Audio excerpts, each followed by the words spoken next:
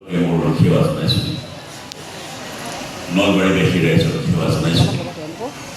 আচলতে ইমান গাম্ভীৰ্যপূৰ্ণ অনুষ্ঠানত কিবা কথা কোৱাৰ অভ্যাস মোৰ একেবাৰে নাই। কমেডি কৰি কৈছে কমেডি বুলি কমেডি কৰি মোক মানে যিমান অনুষ্ঠানত মাতে ভাল কথা ক'বলৈ কোনো নামাতে, সদায় ভুকতীয়া কথা ক'বলগীয়া মাতে। আৰু ভুকতীয়া কথা কৈ এনেকুৱা গাম্ভীৰ্যপূৰ্ণ অনুষ্ঠানত মোৰ বুকুখন দুলু কপে। গতিকে সকলোকে মৰম জনাইছোঁ আৰু আহিছোঁ যেতিয়া বা অভিনেতা বুলি কৈছে যেতিয়া কিবা এটা অকণমান আমোদ নিদিলে আপোনালোকে নিশ্চয় বেয়া পাব বা ইয়াৰ পৰা যোৱাৰ পিছত ক'ব কি অপৰাধ তাক মাতি আনিলে, এনেকুৱা কথা হ'ব নহয় জানো? সকলো ভালে আছে? হয়, থিয়েটাৰ চাইছে? আহিব যিসকলে চোৱা নাই হেঙুল থিয়েটাৰ, অকল হেঙুল বুলিয়ে নহয় সকলো থিয়েটাৰলৈকে আহিব। মই এবাৰ হেঙুলত আছোঁ। হেঙুলত আমাৰ পাগল থানা নাটকখন চলি আছে, খুব সুন্দৰ এখন নাটক, সামাজিক বাৰ্তা থকা নাটক। গতিকে আহিব সকলোৱে। এতিয়া কথা হ'ল কি কম কি নকম আমি ধৰিব পৰা নাই, আৰু মাতটো ইমান গহীন গহীন লাগিছে ইয়াত কিবা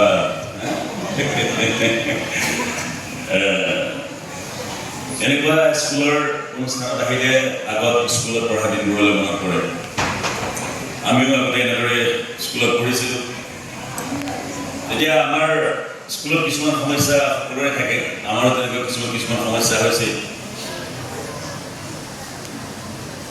আমাৰ মানে লগৰ এজনৰ এটা সমস্যা আছিলে, এটা প্ৰব্লেম আছিলে। প্ৰব্লেমটো আছিলে কি প্ৰব্লেম? এইটো আচলতে কৰোণাৰ ৰেকৰ্ডেশ্যনকে বজাবলগীয়া হৈছে। প্ৰব্লেমটো আছিলে কি প্ৰব্লেম বুজিছেনে কোনোবাই? নাই বুজা, ক'লে বুজিব? মানে আমাৰ শিক্ষকে বৰ্ডত লিখি দিলে ইলেক্ট্ৰিচিটি। আমাক সকলোকে সুধিছে এইটো কি লিখিছোঁ, আমি সকলোৱে কৈছোঁ ছাৰ ইলেক্ট্ৰিচিটি। আমাৰ লগৰ এজনে কয় ইলেক্ট্ৰিচিটি। ছাৰে তাক সুধিছে কি লিখিছোঁ এইটো, কৈছে ইলেক্ট্ৰিচিটি। কৈছে বোলে ইলেক্ট্ৰিচিটি নহয় ইলেক্ট্ৰিচিটি।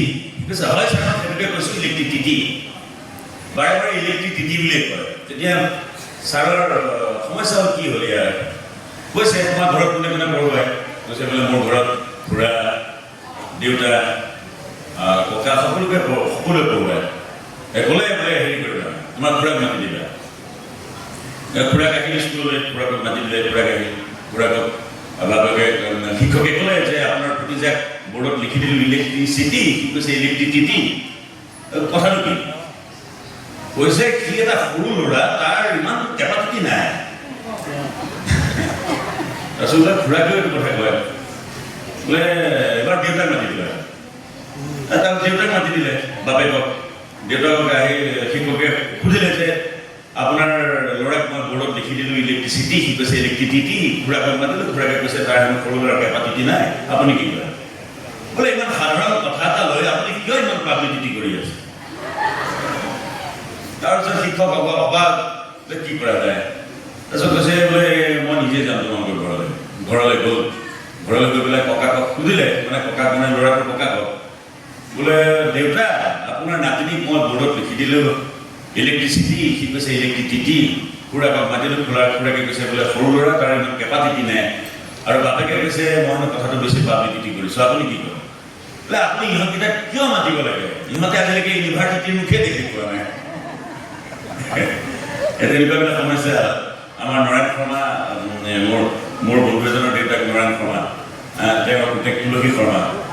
স্কুলৰ ৰিজাল্টৰ সময়ত যেতিয়া পুতেকে মানে তুলসী শৰ্মাই ৰিজাল্ট আনিবলৈ যায়, তেতিয়া বাপেকে কৈছে যে যদি তোৰ ৰিজাল্ট বেয়া হয় তেতিয়াহ'লে তই মোক আজিৰ পৰা দেউতা বুলি নামাতিবি। পুতেকে ৰিজাল্ট লৈ আহিলে, নৰায়ণ শৰ্মাই সুধিলে যে কি হ'ল ৰিজাল্ট লুকাই? কৈছে বাদ দিয়ক, নৰায়ণৰ ৰিজাল্ট লৈ কি ডাঙৰ কথা। দেউতা বুলি মাতিব হাত দিছে কাৰণে সি নৰায়ণ শৰ্মা বুলি মাতিছে। গতিকে কথাবোৰ তেনেকুৱা হয় যে সমস্যা তেনেকুৱা সকলোৰে থাকে। গতিকে ইমান সময় মই মাইক্ৰফোনটো কিনি লৈ সময়বিলাক নষ্ট নকৰোঁ। সকলোকে লগ পাই ভাল লাগিলে। আৰু মোৰ নিচিনা এজন অপদাৰ্থ বুলিয়ে ক'লোঁ। অপদাৰ্থ ইমান এখন বৃহৎ সমাজত পদাৰ্থ মানে এনেদৰে থিয় কৰাই দিয়াৰ বাবে মই সকলোকে শ্ৰদ্ধা জনাইছোঁ, সেৱা জনাইছোঁ। আৰু ভৱিষ্যতে নলবাৰীত এনেদৰে নাটক কৰি যাবৰ বাবে আপোনালোকে আশীৰ্বাদ কৰিব। নলবাৰী আমাৰ প্ৰাণ, নাটকৰ প্ৰাণ। নলবাৰীৰ পৰাই মই প্ৰথম থিয়েটাৰ জীৱন আৰম্ভ কৰিছিলোঁ গতিকে নলবাৰীৰ অবিহনে থিয়েটাৰ সম্ভৱ নহয় আৰু নলবাৰীবাসী সদায় আমাৰ বাবে ভগৱান সদায় আমাৰ পূজ্য ধন্যবাদ কৃষ্ণ